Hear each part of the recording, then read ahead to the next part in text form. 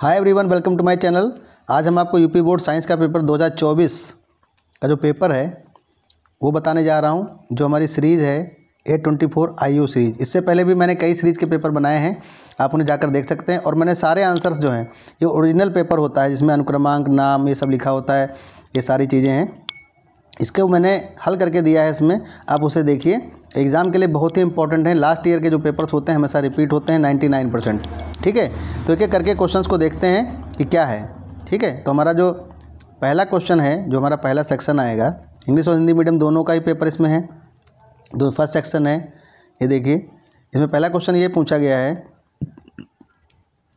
निम्नलिखित में से कौन सा लेंस छोटे अक्षरों को पढ़ने के लिए उपयोग में लाना चाहिए। अब इसमें दिया है फोकस दूरी दे रखी है उत्तल लेंस की, ये 10 है, 20 है, 10 है, उत्तल लेंस दिया है। तो हमेशा ध्यान रखिए, छोटे अक्षरों को पढ़ने के लिए हमेशा उत्तल लेंस का प्रयोग किया जाता है। लेकिन खास बात क्या है इसके अंदर, कैसे जानेंगे आप? इसमें तो यहाँ भी आंसर दिया है, ये भी आंसर दे रखा है, यहाँ भी उत्तल लेंस का दिया हुआ है, ये दोनों दिए हैं। इन दोनों में कैसे डिसाइड करोगे? चलो, ये तो पता चल गया कि उत्तल लेंस लगेगा। तो जो फोकस, देखो हमने यहाँ लिखा हुआ है, फोकस जो सबसे छोटा होगा, यानी देखिए यहाँ पर ये 10 फोकस है और यहाँ पे 20 है। ठीक है, तो इसका मतलब जो फोकस दूरी कम होगी वही हमेशा लेंगे। ठीक है, इसकी फोकस दूरी कम हो तो यहाँ लिखा है, और उसका मैग्नीफिकेशन भी ज़्यादा होता है, इसलिए हमारा आंसर फर्स्ट जो है वो बिल्कुल सही है। ठीक है बच्चों, रीज़न समझ गए ना? दोनों में जो फोकस दूरी कम होगी वही लेंगे। ठीक है, आगे चलते हैं नेक्स्ट क्वेश्चन पे। इंग्लिश मीडियम के हिसाब से बताऊं तो which of the following lenses should be used in the two read the small letters. तो इसके लिए हमारा यही आंसर होगा। ठीक है, आगे बढ़ते हैं। तारे के टिमटिमाने का कारण बताइए। तो सबसे बड़ा कारण तो यही है, प्रकाश का परावर्तन के कारण ही होता है। The cause of twinkling stars is क्या? Reflection of light. Third question में जो दिया है, उत्तल लेंस द्वारा अनंत पर स्थित वस्तु का प्रतिबिंब होता है। कैसा होता है? आभासी और छोटा।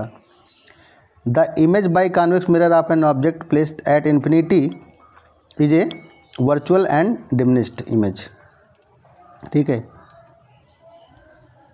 श्वेत रंग, क्वेश्चन नंबर 4, श्वेत प्रकाश को प्रिज्म से गुजारे जाने पर सबसे अधिक विचलन कोण वाला रंग कौन सा होता है?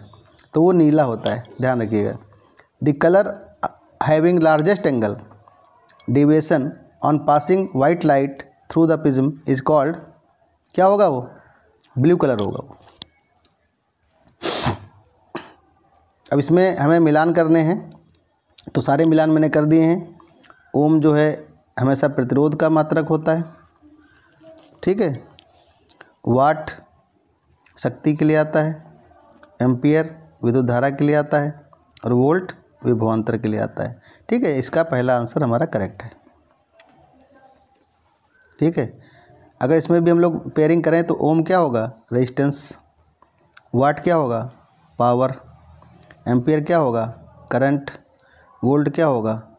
Potential difference. ठीक है, तो हमारा पहला आंसर सही है। आगे चलते हैं। ये क्वेश्चन बहुत बार पूछा जा रहा है, आर और 2R प्रतिरोधों के दो तारों को पहले श्रेणी क्रम में जोड़ा जाए और बाद में समांतर में जोड़ा जाए, तो इन दोनों दशाओं में कुल प्रतिरोध R1 R2 होगा। R1/R2 क्या होगा? 9/2 होगा, right. 2 wires resistances R1 R2 are joined first series and then in parallel. The total resistance in the two conditions are R1 and R2 will be, क्या होगा?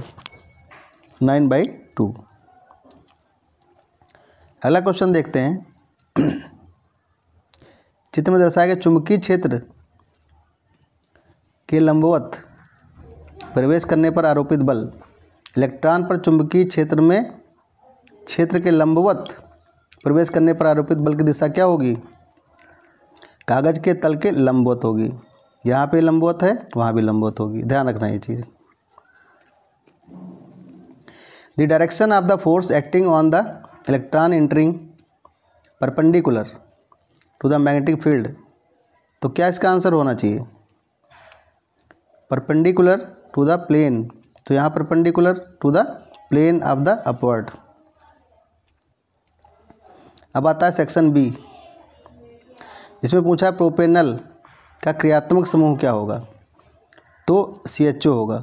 जहाँ नल होगा वहाँ CHO होगा, तो हमने सारे लिख दिए हैं।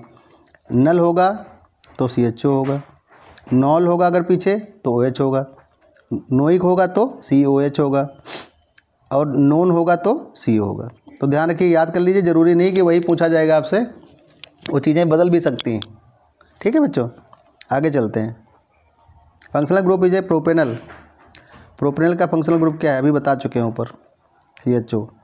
उदासीन घोल का pH मान कितना होता है, 7। मैंने यहाँ स्केल बना दी है, 7 पे न्यूट्रल है ये, बाकी 7 से ज़्यादा करेंगे तो क्षार हो जाएगा, इधर करेंगे तो अम्ल हो जाएगा, यानी जिसे एसिडिक और बेसिक भी कहते हैं।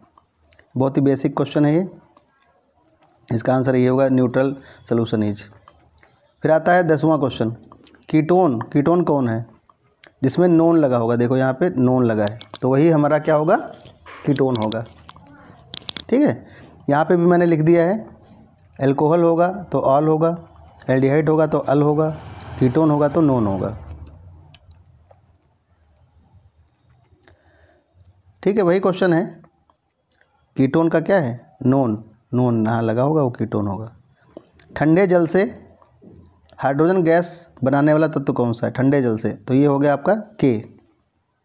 ठीक है, पोटेशियम।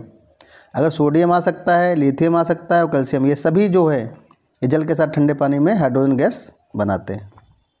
ठीक है, the element producing hydrogen gas with the cold water is potassium. इसके साथ में ये जो नाम लिखे हुए हैं उनको भी याद कर लीजिए। कार्बोनेट अयस्क की सीमित वायु में उच्च ताप पर गर्म करके ऑक्साइड प्राप्त करने की क्रिया क्या कहलाती है, बर्जन कहलाती है। The process of obtaining oxide from the carbonate ore by heating at high temperature in a limited supply of air. Limited supply के लिए कौन हमेशा ध्यान रखना, रोस्टिंग होता है। ठीक है, और अब्सेंस होता तो कैल्सिनेशन होता है, राइट। नेक्स्ट क्वेश्चन,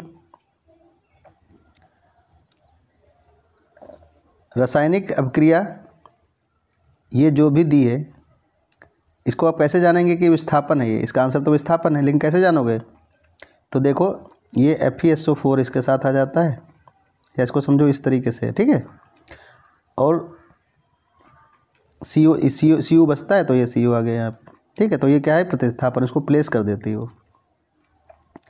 रासायनिक अभिक्रिया COSO4,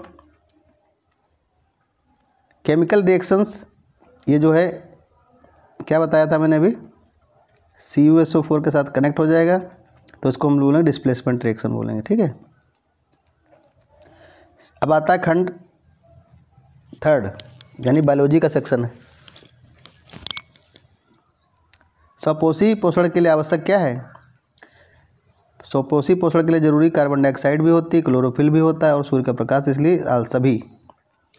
the autotrophic mode of nutrition के लिए क्या जरूरी है, all of them, sunlight, carbon dioxide, ये क्लोरोफिल एंड दिस। निम्नलिखित में से कौन सा पादप हार्मोन है, पादप हार्मोन कौन है, साइटोकाइनिन। ठीक है, पादप हार्मोन हमारा साइटोकाइनिन है। Which are the following plant hormone, that is cytokinin, ध्यान रहे।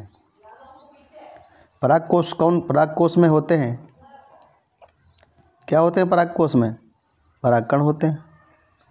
द एंथर कंटेंस क्या, पोलन ग्रेन्स। फिर आता है पुनरुद्भवन। पुनरुद्भवन यानी पुनर्जनन प्रजनन द्वारा होता है, किसमें, हाइड्रा में होता है।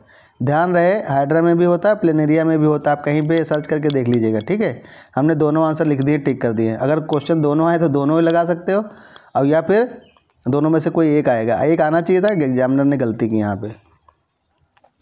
Reproduction by means of regeneration किस में होता है, हाइड्रा में भी होता है, प्लेनेरिया में भी होता है, आप सर्च करके देख लीजिए। ठीक है, दो तंत्रिका कोशिका के मध्य खाली स्थान को क्या कहते हैं,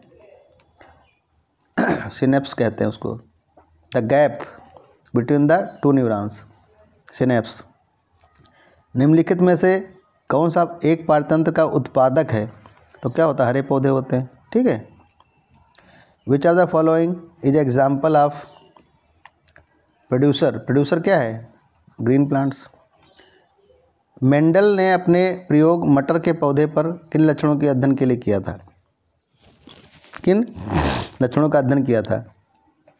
इनमें से सभी, इनका भी सफ़ेद, बैगनी फूल, झुर्रीदार, लंबे, बौने, सभी का किया था। Which characters pea has been studied by the Mendel? All of them. ठीक है, round wrinkled, tall dwarf, white violet. ठीक है, तो ये क्वेश्चंस के जो आंसर हैं, इस पेपर भी नीचे है। ठीक है, वो मैंने अभी नहीं किया है। ठीक है बच्चों, तो मैंने ये जो पेपर लिया है, इस बार का पेपर जो सेट है आप इसे कर लीजिए, और मैं डिस्क्रिप्शन वाले जितने भी क्वेश्चन हैं बड़े वाले, ये मैं अभी नेक्स्ट टाइम में अभी अगले वीडियो में डालूंगा। ठीक है, तो बच्चों अगर आपको ये वीडियो पसंद आए तो मेरे चैनल को जरूर सब्सक्राइब करें। थैंक्स।